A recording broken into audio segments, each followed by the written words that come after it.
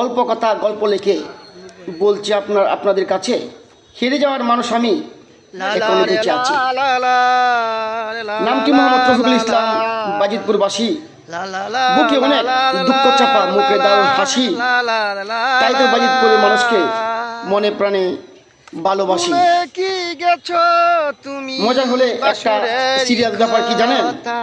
যার টাকা আছে যত রয়েছে আমার স্মৃতি দিয়ে গাতা, কি ছিলে আমার বলো না তুমি, আছি তো আগেরই মতো এখনো আমি।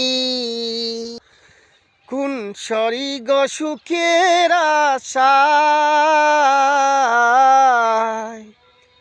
তুমি ভুলে গেলে আমায়, তুমি ছেড়ে যাবে আমায়, তুমি ভুলে গেলে আমায়।